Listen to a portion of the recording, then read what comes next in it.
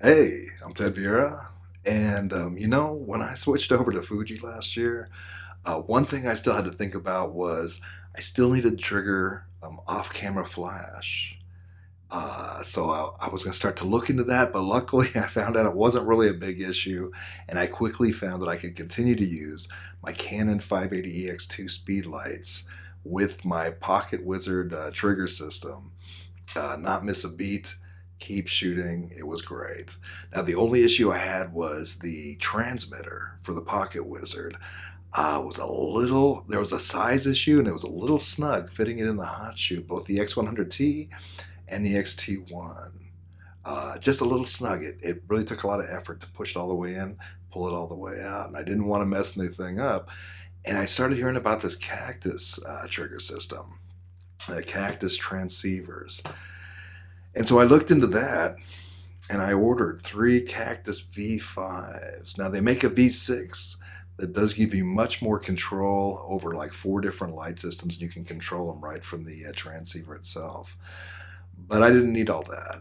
I have a very minimal setup when it comes to off-camera flash, and so the V5s were great, awesome. It fit in the hot shoe. It was beautiful. I ordered three of them, and one important thing was now Pocket Wizard's not the cheapest thing on the block, right?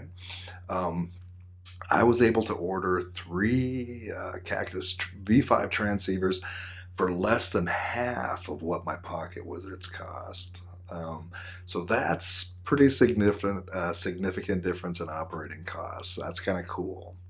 Okay, but the only thing is now is like, here's what sits on top of my camera now. Okay, it's cool, it's nice, but it's a little bit big, a little bit boxy. And with Fuji, we're putting all our dials on top of the camera.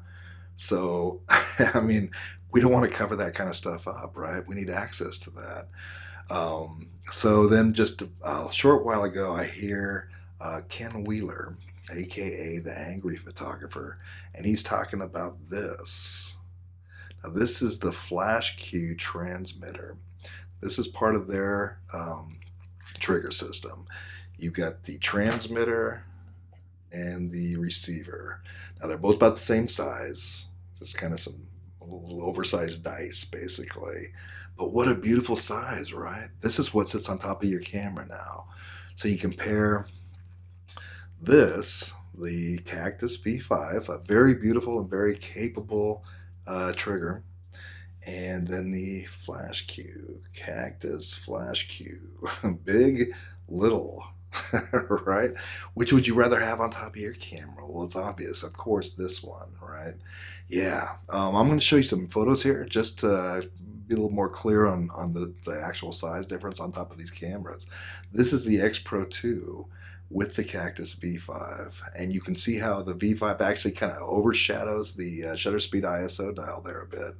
And it was still workable. I could still do photo shoots with it, but I would really prefer not to have that. And you can see here now, here's the X Pro 2 with the FlashQ.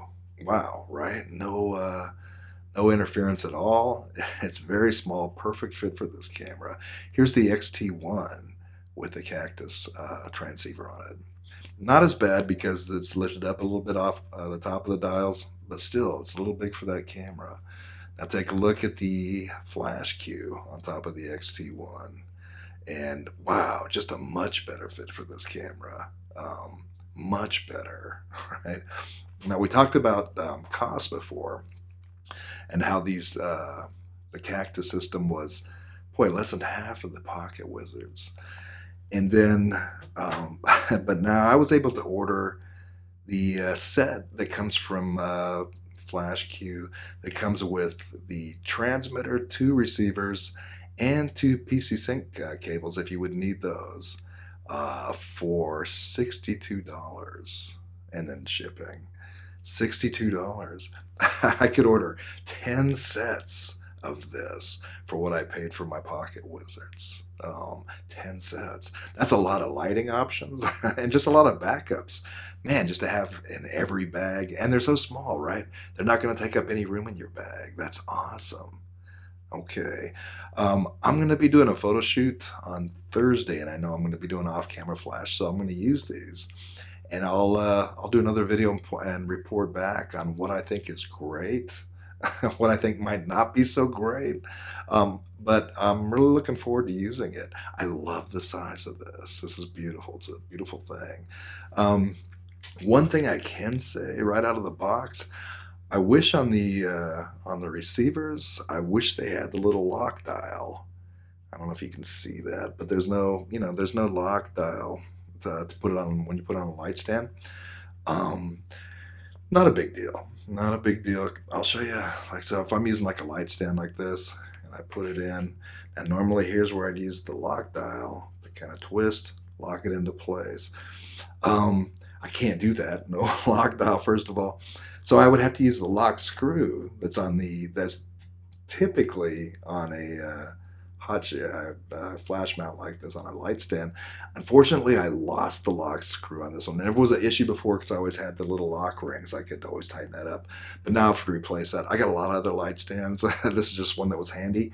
But that's an issue because I don't want speed lights falling on the floor, right? So that's one thing I wish they had out of the box, right? Not a big deal, very workaroundable.